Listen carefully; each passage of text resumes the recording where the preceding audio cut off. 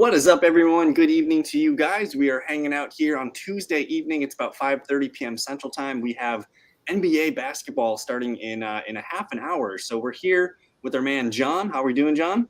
Doing great, Kyle. Doing great. How are you? Always great to be back in the living room with you. And no Drake tonight, so it's just going to be a one-on-one session tonight. So we're just gonna I don't know, we're gonna free ball it tonight. Maybe we look at some things that we've looked at in the past, but I think we're gonna kind of try and maybe just get more into like the individual fantasy player aspect, and because we've kind of just been looking mostly at teams and trying to kind of just frame I guess how they're doing and who we need to be monitoring and things like that. But I thought tonight it might be kind of fun to just get personal and look at each other's. We're in a fantasy league together. It is called the John Heffernon Invitational. So it's the league that's named after John here. Yes. And yeah, I don't know. I guess let's just hop right into Splash Mount Zion, and of course Zion Williamson not with us on the floor at the moment, but can you kind of just walk us through, I guess, how your season's been going here with looks like DeJounte Murray at the top and Drew Holiday there? Yeah. The season's been going okay. So we're a 12-man league. I've been having more success than the opposite. So, overall, I'd say the season's been good. I usually don't do this, but for whatever reason, during the draft, I went guard, and then Zion. So I went very guard heavy. Steph Curry, DeJounte Murray, and Drew Holiday were my first three picks. So I was going to pull you up by team here. Yeah.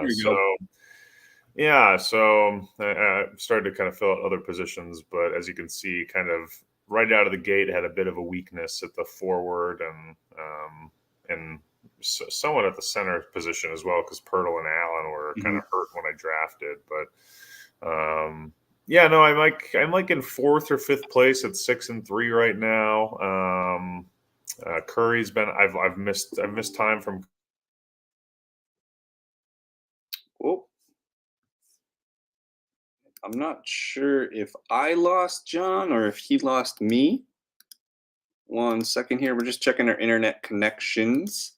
I believe we are all good. I'm just going to kind of, I guess, take the wheel and see if we can get him back. Yeah, he goes guard heavy with the first 3 point guards there being Curry, DeJounte Murray, and Drew Holiday. I think those guys have been kind of his rocks for the most part, but they haven't really been healthy for the most part of the season. So John says his computer died. No worries. I'm just responding to him real quick. All good here. All good. Join us when you can, I'm going to say. So cool. We're doing a solo pod tonight. So I'm going to kind of, we'll let John kind of rejoin the group here. I'm going to go over my team, and I had an interesting start. I did get the 3rd overall pick in this fantasy league. Again, it's a 12-man league. I went with the Joker here. You can't argue there. And there we go. He's back. He is alive and back in the basement. He never left the basement. So can you hear us? Yes, I can. And so sorry about that. That was very odd. Luckily, a very short downtime. But yeah, the team, like I said, haven't been blowing the roof off, but have been kind of holding steady. I've had injuries kind of from just about every single angle. Currently dealing with the Zion and OG Anunoby injuries.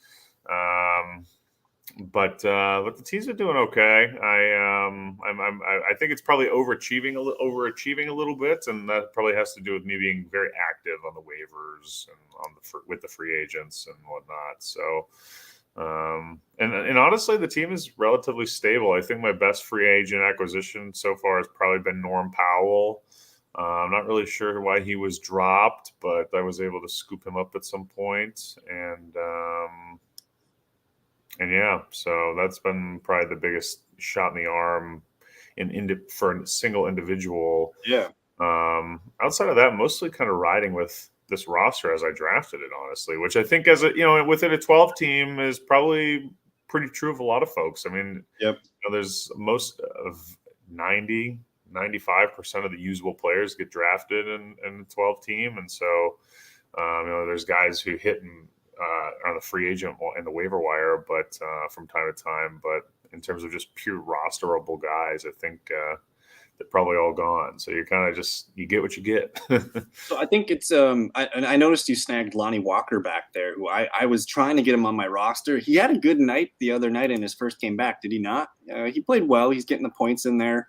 He But missed a lot of time, so yeah, they're obviously slowly building him back in. Yeah, right. I don't even know if he'll play tonight because it's the second night of a back-to-back, but we'll see what happens. So we'll see what happens there. But I guess I wanted to talk to you about your strategy of working the waiver wire. Do you tend to for me, I always tend to leave maybe my bottom two spots where I like to kind of shuffle them in there. And if a guy can hold his weight for a long time, I'm going to give him a longer leash. But I'm always trying to leave at least one or two roster spots as the revolving door here. So I guess what are players here who have you recently added, and who's earning your trust to stick around?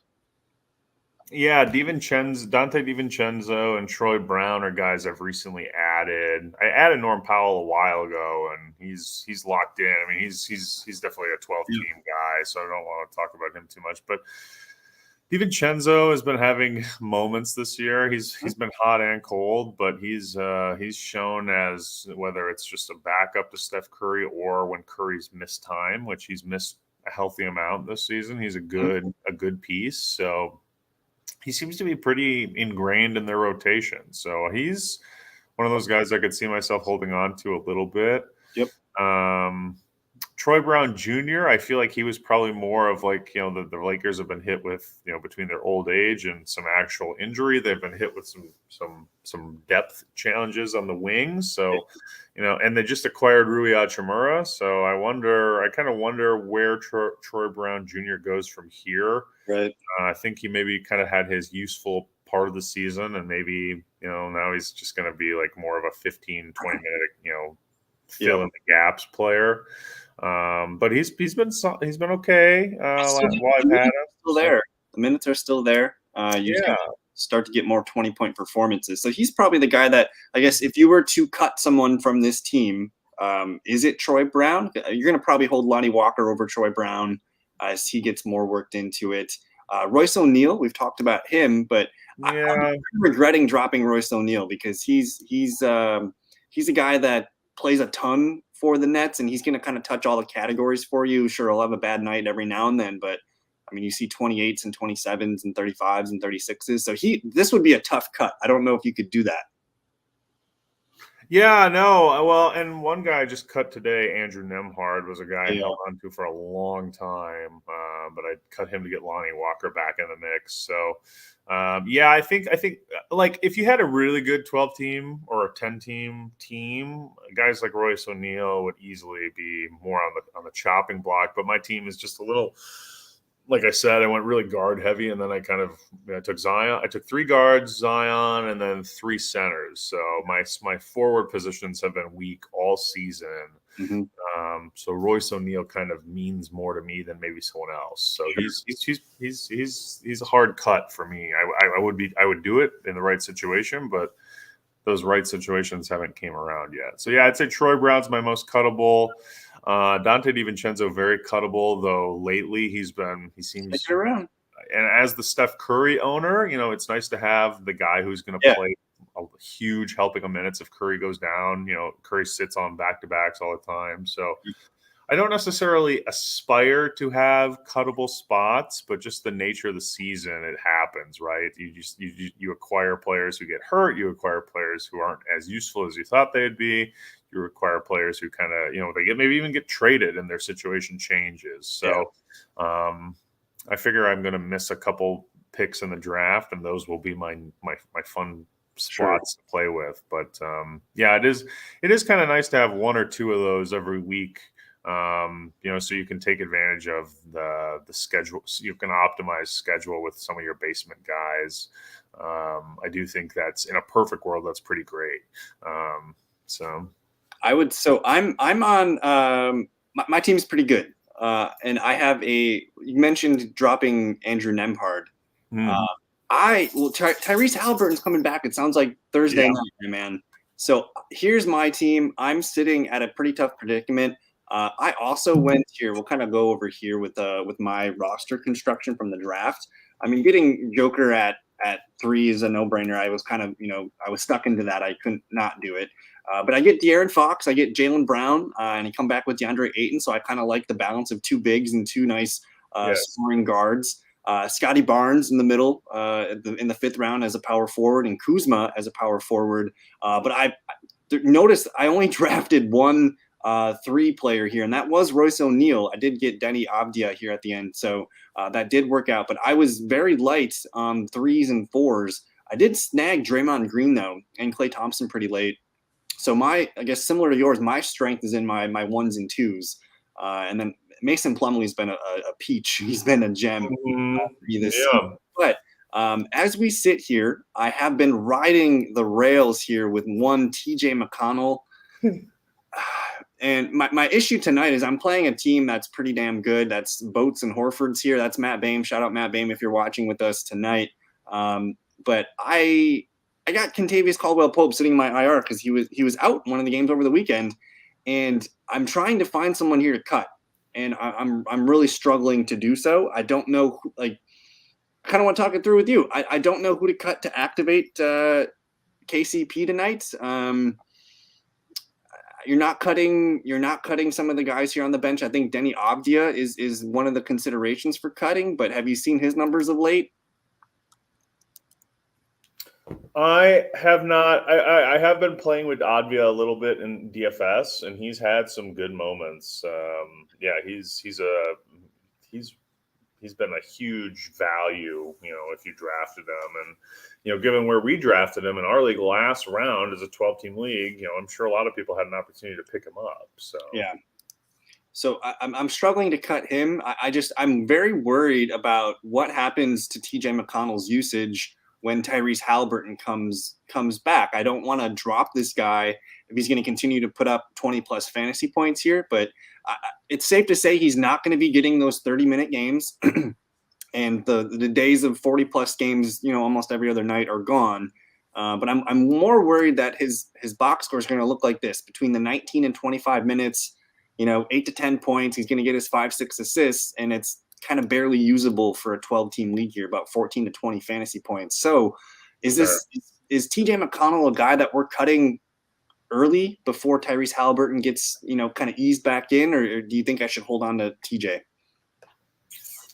It's a hard call. I mean, to optimize your lineup this week, you probably would cut him because I would expect Nembhard to come back and take over the primary, ball creation, point guard, playmaking role on the team, which is what McConnell is doing now, and he's thriving in. He's just, but yeah, they don't have a game today. They don't have a game tomorrow, and then they don't have a game. They don't have a game Monday or Tuesday next week. So it's a 3-game week. You get 3 games in 4 days. Now the argument, the pro McConnell argument is, if Halliburton does come back Thursday, which seems to be true, are they going to play him Friday? So you might get one more kaboom game from McConnell Friday, and then maybe you drop him. So but if you're the best case scenario is like one good game from McConnell this week, one heavy usage game, and 2 question marks. He's a really good candidate for dropping. It was kind of a similar reason why I dropped Nembhard, another guard for Indiana. I feel like,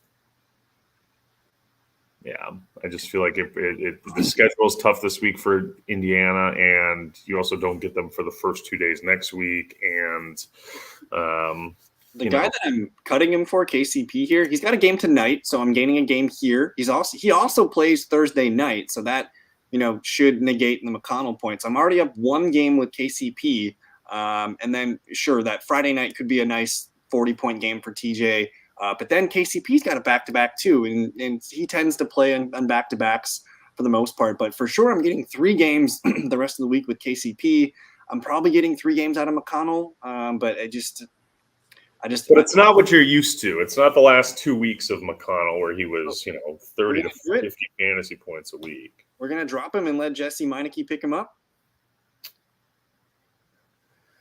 Well, that makes it harder even still. I do think you could confidently drop McConnell if you have someone you're waiting in the wing that you want to get in your rotation. So I finally got to watch a full Nuggets game the other day. It was the Nuggets Sixers game. Really, really fun game between those two teams. And KCP was the guy that because we didn't really talk about the guys that I picked up off the waiver wire. This was one of my favorite pickups off the waiver wire for the last month or so. You're not seeing a lot of games in the teens, mid to high 20s for the most part. He's going to play a ton of minutes, consistent scorer, and he does. Look at the steals column. That's one of my favorite things about him. Wow. But I think at this point, I'm probably going to throw TJ McConnell to the Wolves, aka Jesse, and just say, hey, have a great Friday night, Jesse. TJ McConnell versus the Kings should be pretty juicy, but I'm trying to free up space because I'm going to gain some games here with my guy. So we're going to do it. Let's do this live. We're going to do a live roster decision. Salute TJ McConnell. You were fantastic, my man. Remember, like we kind of called this on the show. Like when Heffernon went down, we were looking at Nembhard and McConnell. I think even Duarte, who I don't know if you've seen Duarte's numbers the last few nights, but he's been balling too. He's had some really good games. Yeah, he's coming down. But I'm sorry to do it, TJ McConnell. You are the weakest link. Goodbye. But you had him for his entire good run, so you got to feel good about that, I think. And then I guess now that we're here, I kind of want to show you, I guess, some of the guys that I picked up off the waiver wires. I mean, I was able to pick up Hayward, which I know he's super, super injury prone, but when he's been healthy, he's been a nice points player here. I know he missed a good portion of January, but he did. He's done well for me when he's been in the lineup, so that's a free waiver wire pickup that I've had. Avdia, I did draft him. I dropped him and got him back on the roster. As soon as I cut him, I made the mistake. And I think as soon as I cut him, he drops 31 or something like that. It was a mistake. So I went and grabbed him back. KCP was probably one of my favorite waiver wire ads, as well as Cameron Johnson, who's been here. Didn't have a great game the last couple nights here, but you do see 1, 2, 3 games of over 30 fantasy points. He's going to he had a bad scoring night the other night, last night, but he's going to continue to be a good player for me. And then I've had many debates with our good friend Jesse about Eric Gordon, who he's been telling me to drop this guy. But John, how do you drop these numbers in a 12-man league? Can you tell me how you drop these numbers? Yeah, well, you wouldn't. I mean, he's having a good season, and there's a lot of teams also that are kind of in the market to trade for Eric Gordon right now. And if something like that happens, it could theoretically these teams are getting him because they want him for a playoff push. So maybe his minutes would decrease a little bit, but he would be on a much better team where he's not the focal point and maybe can have easier looks and get better assists and stuff. So.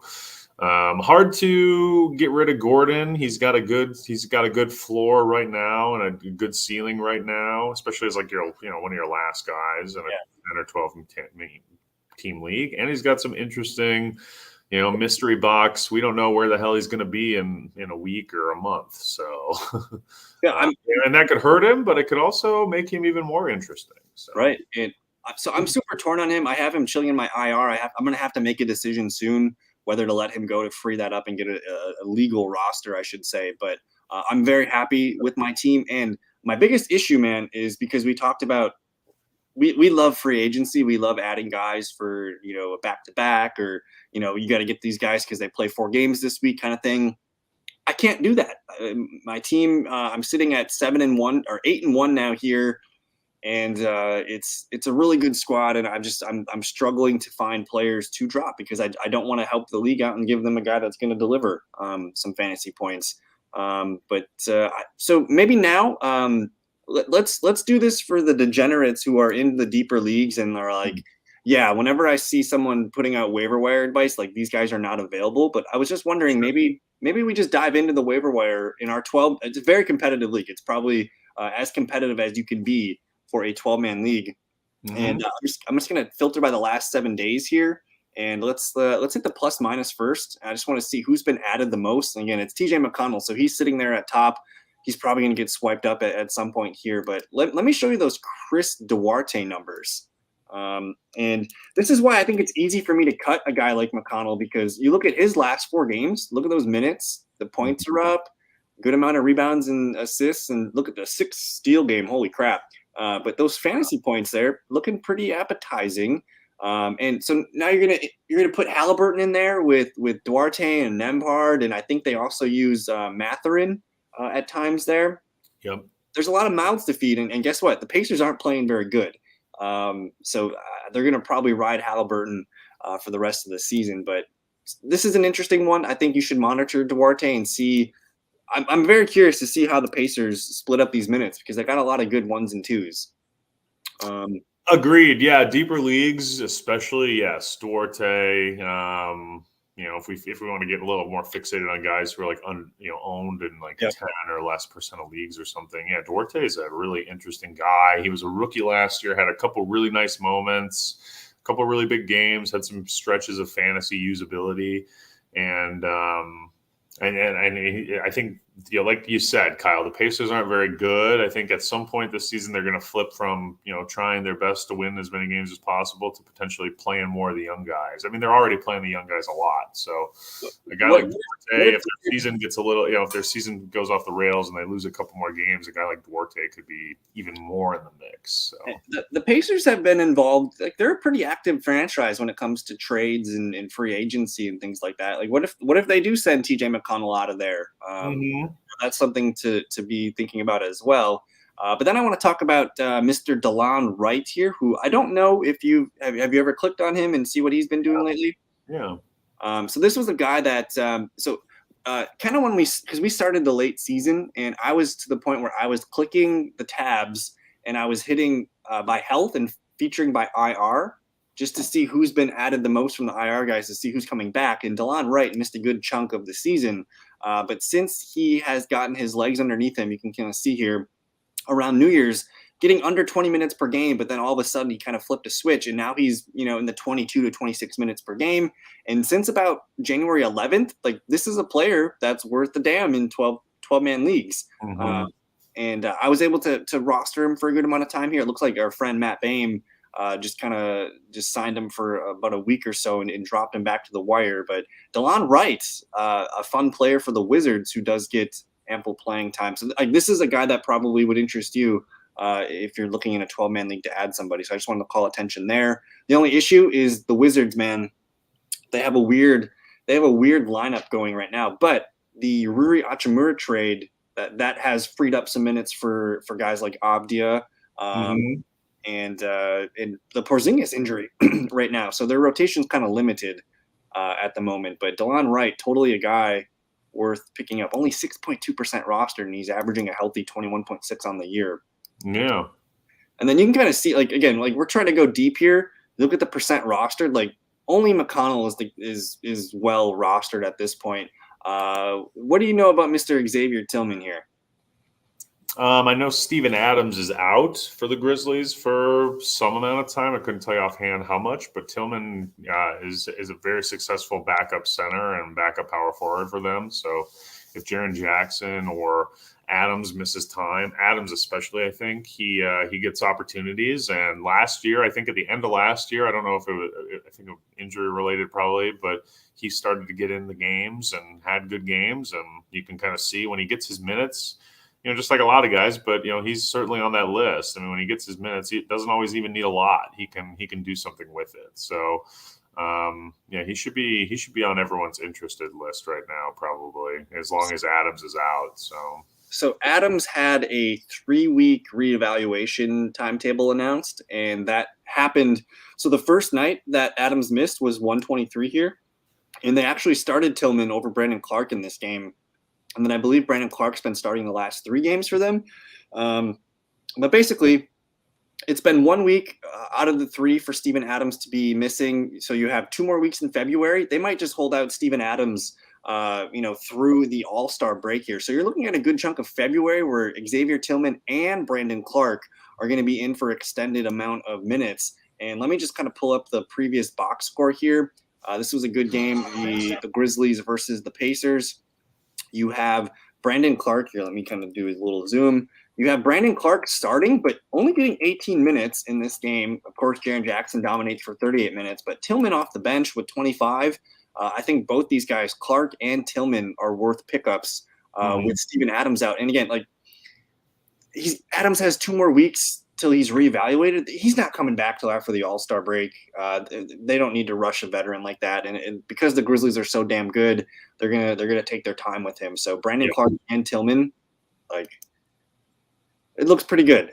Just the dude's he's so good. 16 minutes and 30 fantasy points for the most part. Whatever minutes he gets, he's gonna get more fantasy points than minutes. So I love a guy like Tillman. I can't find a way to get him on my roster right now. That's John. You should go at him when you can, because you do need big men. I believe you said. Yeah, no, he's.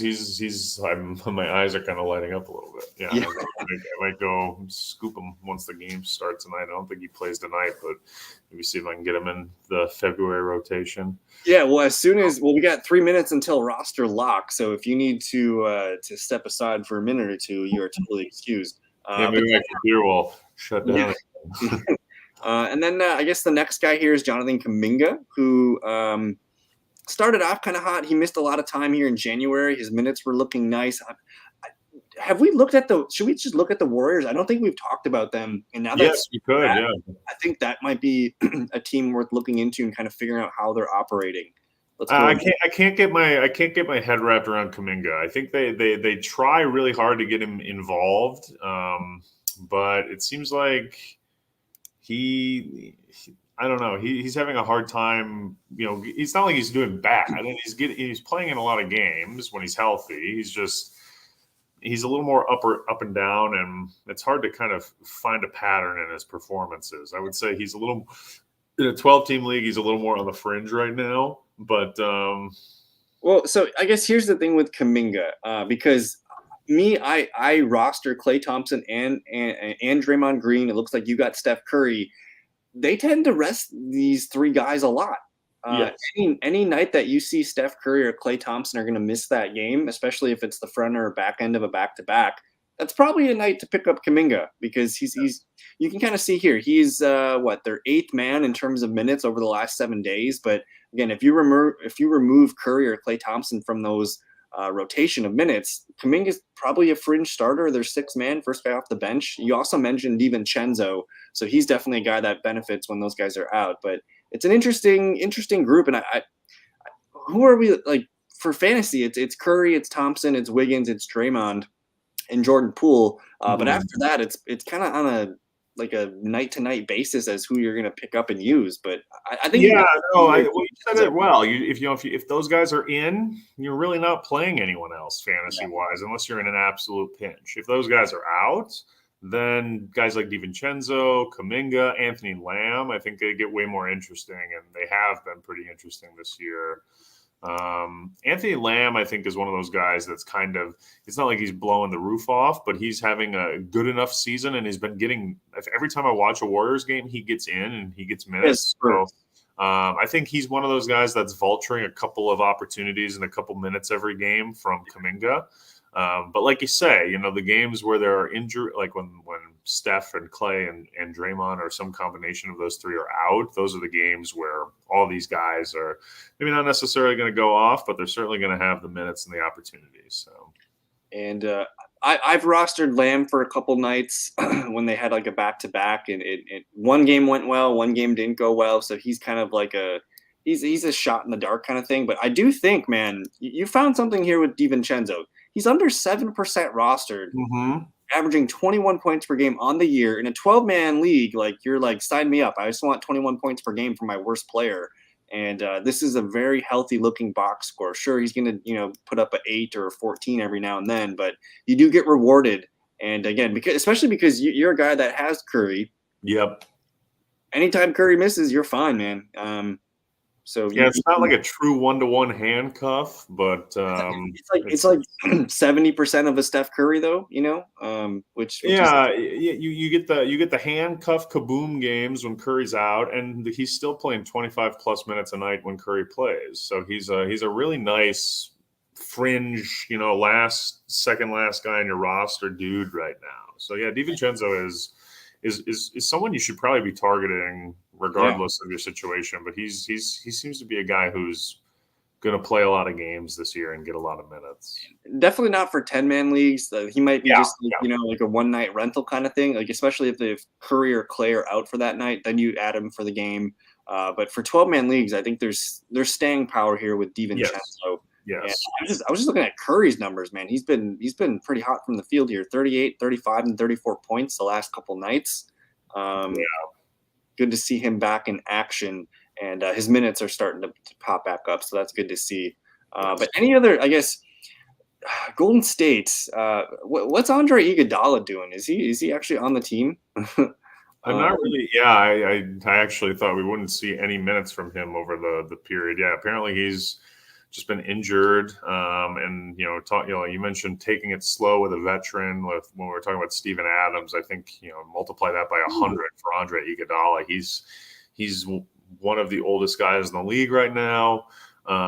He's been injury prone for his whole career, so I think they're probably just he's for more or less on ice, kind of in air quotes. He's on ice until the playoffs. I'm sure he'll play, but he probably won't play more than 15 minutes a game, and he probably won't play more than 10 games the rest of the way. So Iguodala is probably a guy that unless everybody's out and he's randomly playing a night, just so they can get the starters rest, I think he's probably a guy you're kind of totally avoiding. What's going on with James Wiseman? He's healthy, but he ain't playing.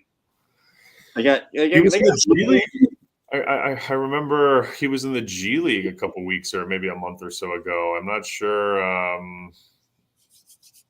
So it says on January 25th, he was going to suit up against the Grizzlies, and he didn't actually get any minutes. So, I don't know. He's obviously, we were just talking about that. There are some of those games lately where, players have missed games, whether it's Curry, Clay, Draymond. I think Draymond's probably the most, connected to minutes for Wiseman. But Wiseman, whether those guys play, whether they don't, he's not in the mix. So, you got Steve Kerr saying that he may not be part of the rotation now that Draymond Green has been starting at the 5.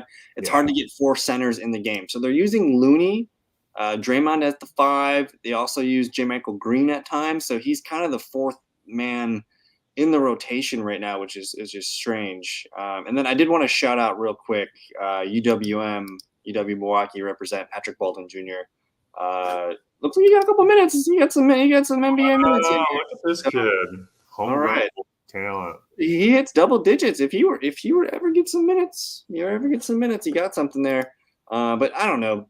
A lot of Milwaukee on this team. You have Jordan Poole and Kevin Looney are both Milwaukee natives. You have a guy who went to UW Milwaukee on the bottom there, Baldwin, and then you have DiVincenzo, former Buck. It's kind of a big Milwaukee influence in out there in San Fran Bay Area. Yeah, it's pretty cool. It's good to see. And I went to UW Milwaukee, so it's cool to see.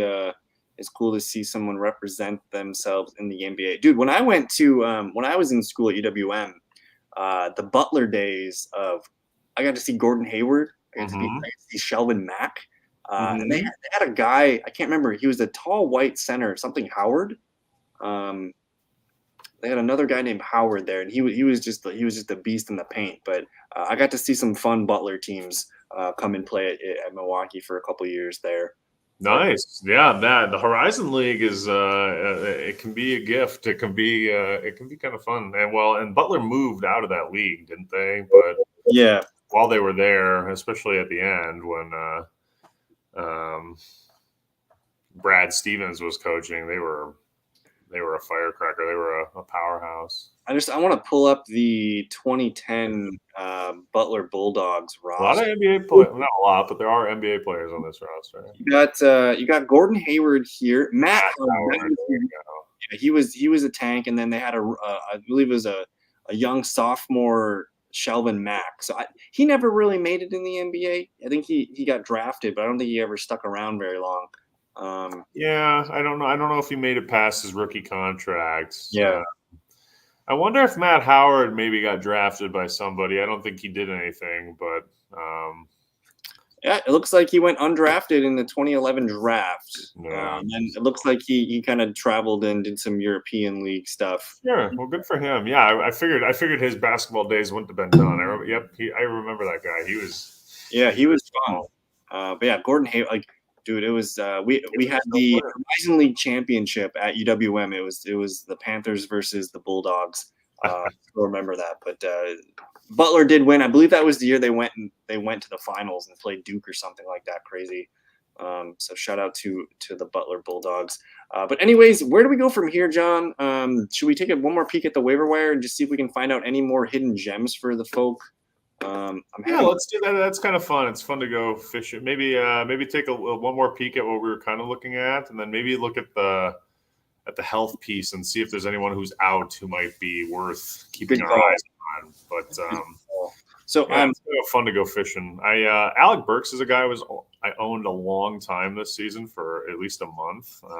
He's back, and he's kind of interesting, especially for one of these last 12-man league, 10-man league. He's found a little utility, but he's one of those guys I would keep my eyes on as well. He's probably being traded too. He's got no use on the Pistons. So this dude, I'm just trying to if the Milwaukee Bucks traded for Alec Burks, are you excited about that? From a Bucks fan perspective, absolutely. From a fantasy perspective, it's hard to say. I mean, like, it's kind of the same situation with Eric Gordon. It's like, are these teams going to add a guy like Alec Burks or Eric Gordon to be this, like, microwave off the bench, and then as a result their minutes go down and they don't really able to produce fantasy wise? Or do they get to a situation where the team needs a little offense, especially from the guard, and these guys can come in and fill a huge role out of the gate? I feel like Gordon and Burks are kind of similar to me in how I think about them. So it's like, it's that, roulette wheel of, do they get traded to a really good situation that unlocks them in fantasy, or do they get traded to a situation where, the team needs them and wants them, but they're not really playing the big minutes that they were playing, getting in their, in Detroit. And you have another Piston here at the 2 guard here, Hamidou Diallo, who, when he gets the opportunity to shine, like, this dude's really freaking good. He just needs to get somewhere where he can play consistently.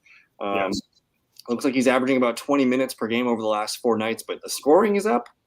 He's going to get you steals, rebounds, and assists. Like, this is probably a guy, especially in a 12-man league, you're comfortable with him being, one of the last players on your bench. And I think the Pistons are probably going to be in some kind of sell the veteran mode to see if they can acquire any cash or draft picks or something like that. So maybe stashing a Hamidou or an Alec Burks makes sense if you need someone on the end of your bench right now. I think I like that idea. Yeah, absolutely. So what I did here is I hit the plus-minus button, which that's kind of always my first instinct when I'm looking on the waiver wire. And then I do have it filtered by the last 7 days. So what I like to do is I like to hit average because that kind of brings some other guys to my filter. So, I mean, Hamidou Diallo, last 7 games, he's averaging 36.4 points. A guy like Moses Brown, he's not tripping off the plus-minus sensors, but he's averaging 32.8 points. I think he's only played 1 game in that sequence here. But this would definitely be a guy that I'm going to click on the interested in, and I'm going to follow him on my watch list. Not sure what's up with the Clippers rotation at center. Do you know anything about the Clippers rotation? I think I was just reading that blurb. It looks like there were a bunch of people that the Clippers just held out for load management in that game. I wouldn't expect Moses to be part of their mix, but they're a team that's a little weak at center. Zubac is obviously really good and gets a majority of the minutes and starts and whatnot, but I think they could use a nice backup centerpiece. So but they have Brown and they're not using him for that. So I'm kind of confused on where his value is. He seems appropriately unrostered, but if you ever notice, like if you're paying attention and you notice that they're holding a bunch of players out, especially Zubac, I feel like he's someone that you could play for. You could pick up in almost any league for 1 game and get a 25-30 fantasy point day.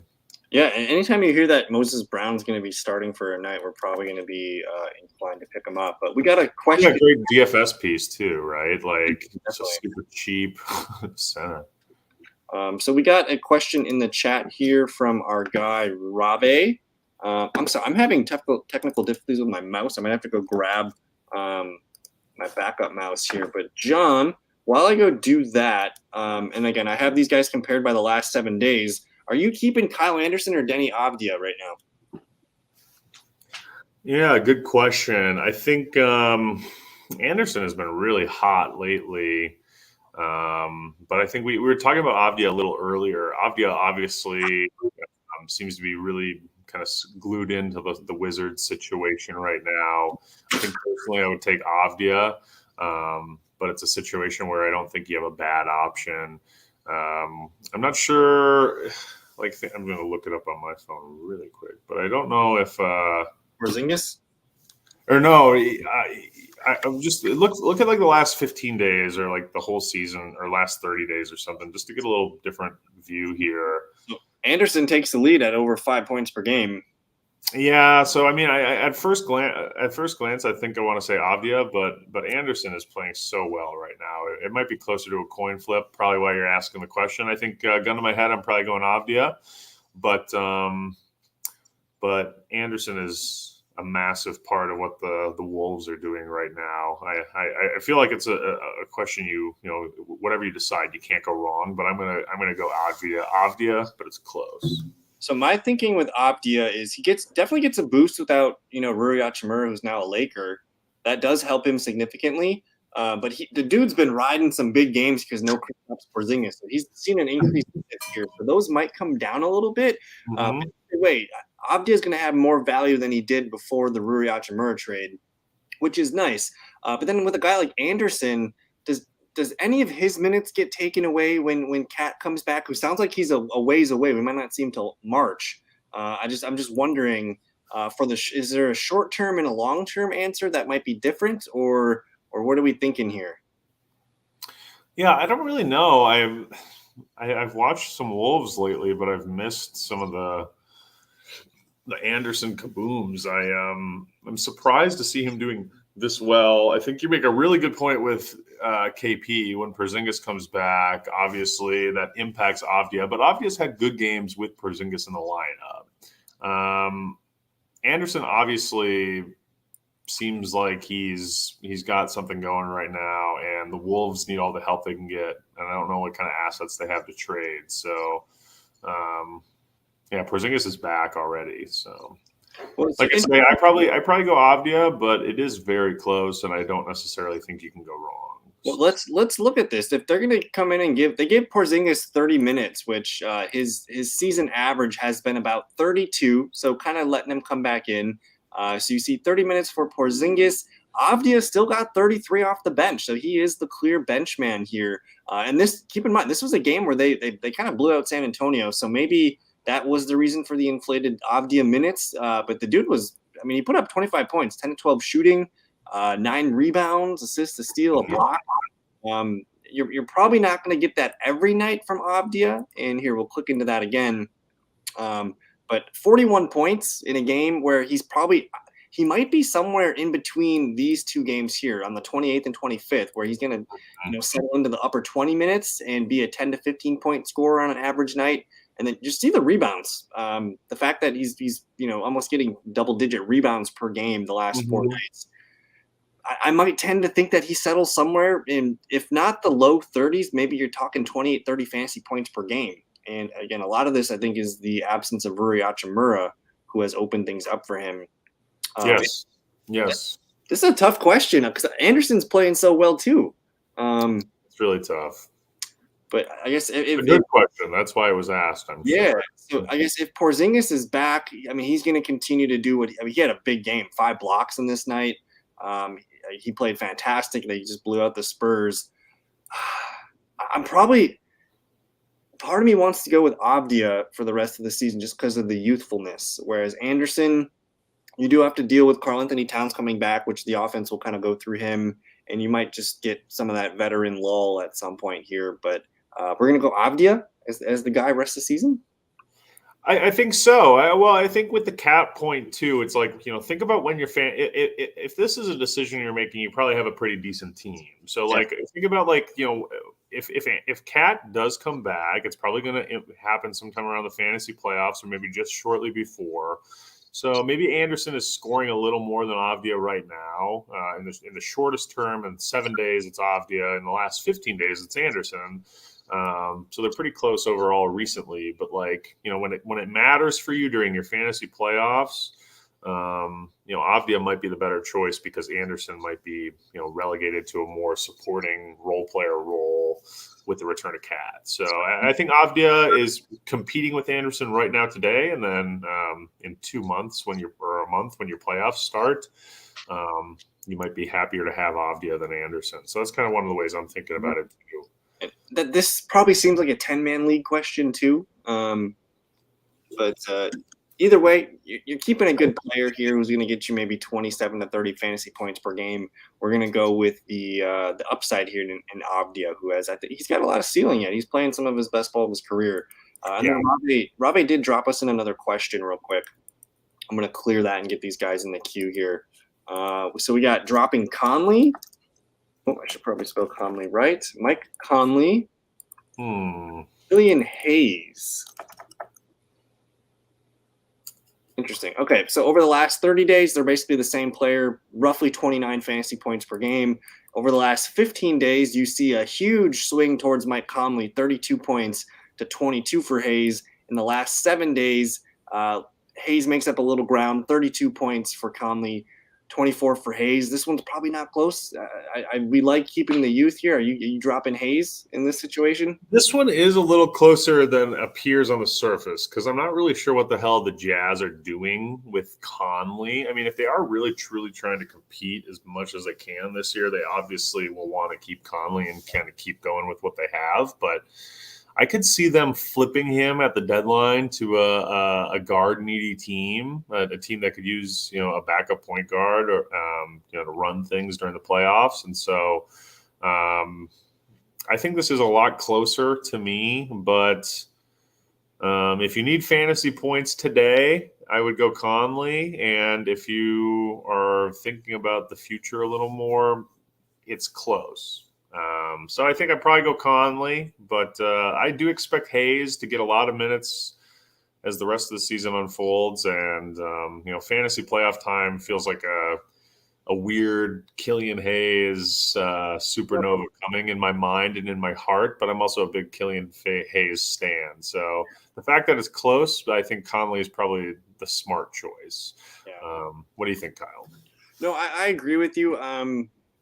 Especially so Rave said he's in a 10-man league. So I think in a 10-man league, you could probably find guys that are similar to Killian Hayes. Again, 24 points per game over the last 7 days. It might be easier to replace the Killian Hayes off the waiver wire, but again, he's activating Tyrese Halliburton here. So to me, start the players that are going to get you the most points. I'm going to go with Conley. And you mentioned the Jazz maybe being part of the trade deadline here. Very curious because we do not know what the Jazz are going to do. We think they're going to try and make a I got no idea. Yeah, so it's interesting. But here's the other thing too so it sounds like he plays on Yahoo, but I mean ESPN kind of tells you what to do here. 69.4% rostered for Conley, under 24% for Killian Hayes. Yeah. So and again, we can even go to the 2023 season. It's a little bit closer when you look at their full season stats, but Conley right now playing slightly above Killian Hayes. So I think I'm going to lean there. But what is interesting about this to me, and this is another piece of the puzzle, is Conley is an older man. He's well into the twilight of his career. Hayes is a younger man, still trying to figure out. The Pistons and Hayes are still trying to figure out what the hell he is and what he can do. So while their averages are pretty close and Conley is a little above him in average, actually over the course of the season, Hayes has about 100 more fantasy points. So what that tells me is Hayes is playing a lot more games. Yeah. And I would foresee that continuing over time. So like I say, even though just pure fantasy production and averages, Conley's kind of blowing this out of the water, it is making it a closer conversation in my head as I think about it. But I think, Kyle, you said it best. Start the guys who are going to score you the points today. And that's pretty obviously Conley right now. And, to the point that Rave is making, potentially a guy like Hayes, you drop him, your league mates might not even see him out there. So, you might be able to drop him. And then in a month, if he starts cooking again, or if something happens to Conley, you could pick him back up. So I think it makes the most sense in your situation to drop Hayes. reactivate Halliburton, and just kind of but keep your eye on Hayes. I do think there is, his season isn't done. I'll put it that way. Why isn't he starting? Why is Jaden Ivey starting? That I don't have an answer to that. I'm not watching as much Pistons this year with the injury to Cunningham, but Ivy was their first round pick, a lottery pick. So perhaps it's they're kind of they're more motivated to explore him at point guard than they are at starting point guard than Killian. Maybe they think they've got a nice backup point guard for Hayes. They think he's more of a backup point guard for the role they want him in on the team. So, but I couldn't answer that question. It's a good one. You would think Hayes would get some run in the They're starting. not going to trade Killian Hayes, are they, in Detroit? What's that? They're not going to trade away Killian Hayes, are they?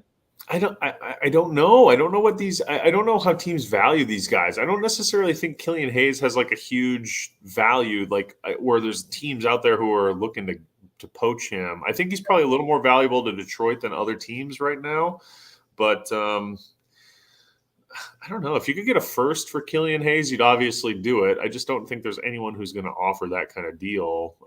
If someone sends you like 3 second-round picks for Killian Hayes, does that get Detroit's juices flowing? Maybe. So that doesn't seem too expensive, but is someone willing to do that? I don't know.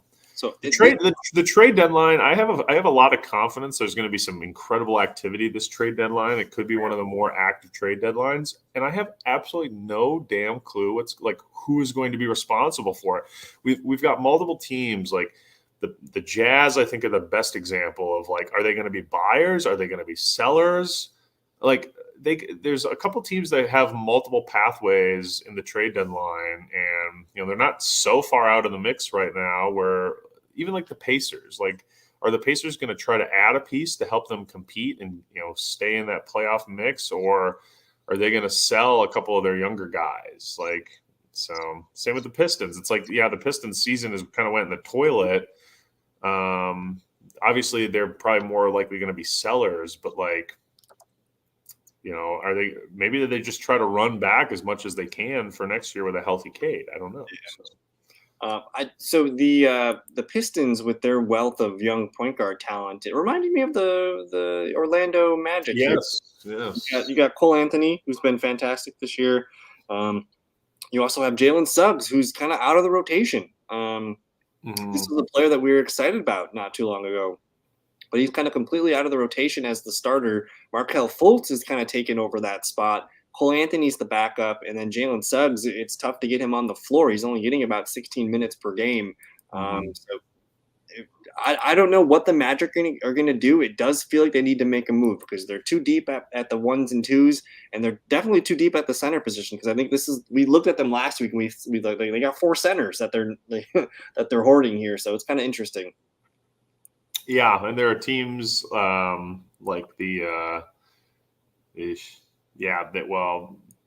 think a lot of teams are tanking for Wembanyama.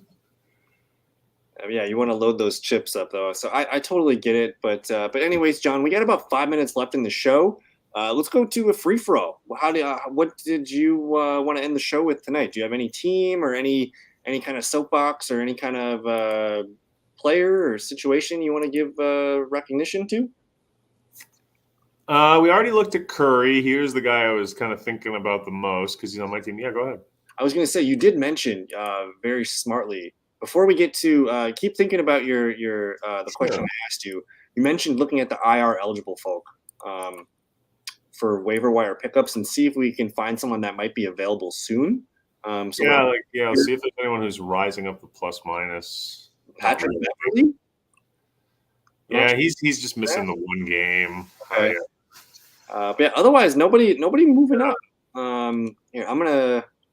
Nobody moving up, but a lot of people are moving down. So if Steven Adams gets dropped and you have IR spots, please go pick him up.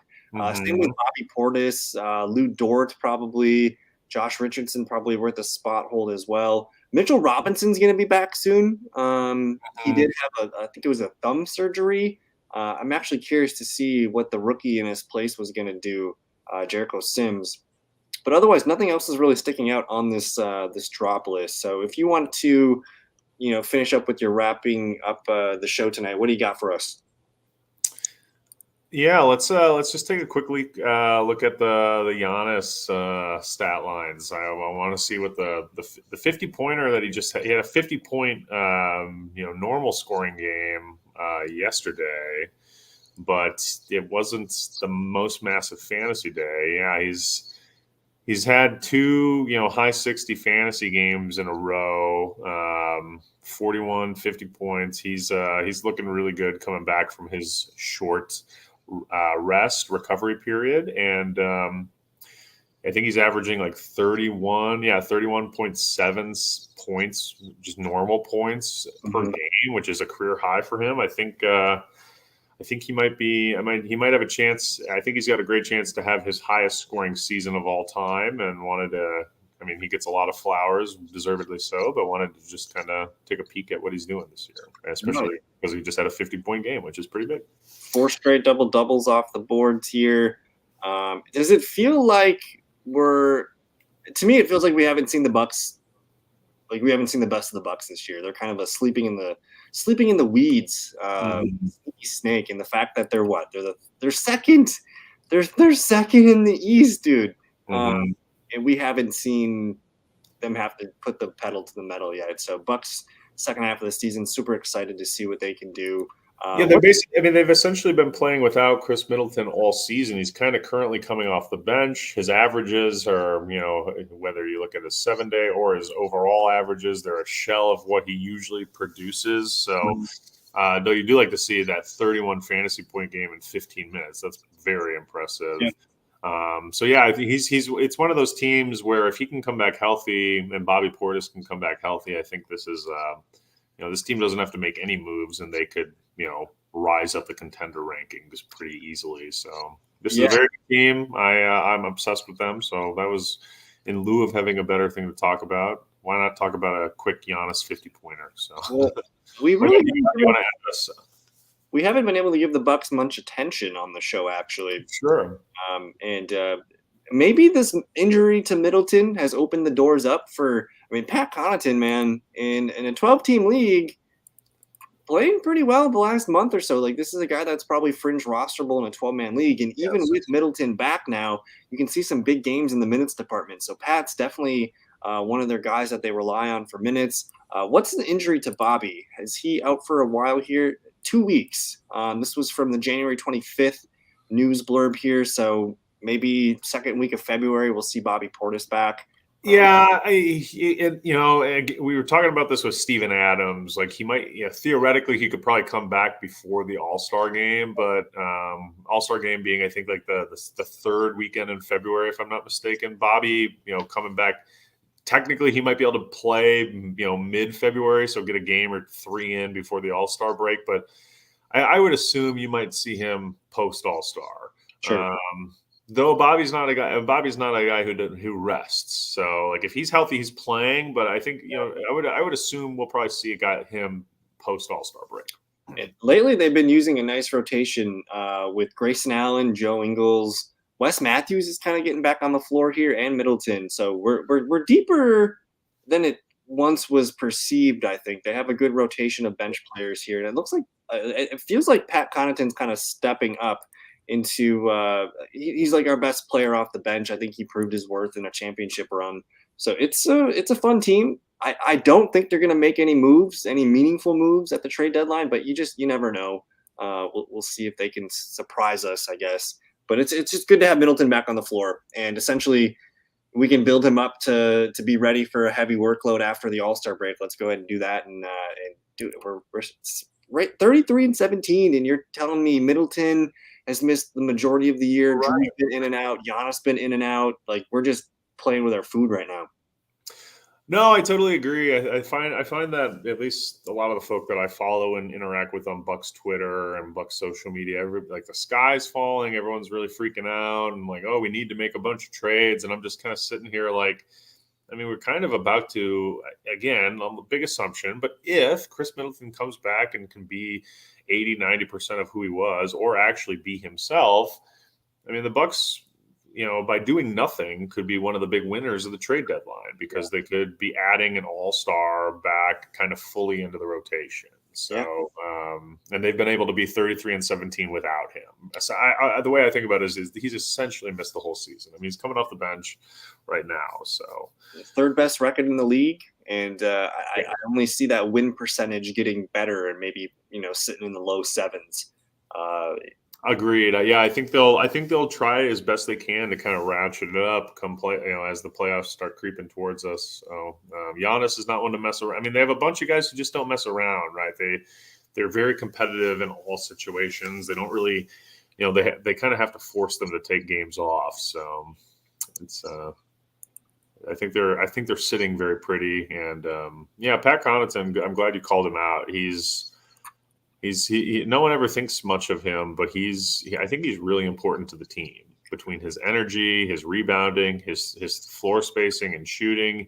He's got a really good synergy with all of the big four of the Bucks starters, between Drew, Giannis, Chris, Brook Lopez. And a lot of that just is because he's been around. These guys have played a lot of games together now. Drew a little less, but really they've all played a significant amount of games together. The chemistry is really good. And like, if Connaughton was our fifth starter in the playoffs around those other four, you'd feel pretty good about that. Yeah. Obviously you would hope we could upgrade that situation a little bit, but like, if that's our fifth starter, then, this team won a championship like that before and they could do it again. Well, I kind of see it as, of course, Drew, Giannis, and Chris are top three. You got Brook, and then you got Bobby, and then we're to me, I consider Pat like one of the co-starter. Like we are 6 starters deep, and then if you can get anything out of Grayson Allen or Joe Ingles or even a Wes Matthews off the bench, that's great. But we're going to continue to rely probably for like 30 minutes per game out of those top 6 guys. And again, you mentioned that they've played this team's been together for this is a sneaky veteran team, man. I don't think you want to play them in the playoffs if everyone's healthy. And I'm glad you mentioned the floor spacing of a Pat Connaughton. And like, if you just watch a Bucks game, and sure, Pat might not be doing a lot, highlight type stuff. He does have some moments, but the dude, if he's not scoring, he's getting rebounds. If he's not doing that, he's getting steals. The energy that he brings to the floor is it's noticeable, especially if you ever attend a live Bucks game. He's kind of a little energy magnet. So shout out Pat Connaughton. And I think that's gonna wrap up the show tonight. I don't have anything to add. I think wrapping up with Bucks talk's a fun way to do it. We only get so many times to talk Bucks without Drake, so we might as well kind of ooze when we can ooze. But absolutely, yeah, I'm glad we kind of did that on the down low, which is always fun.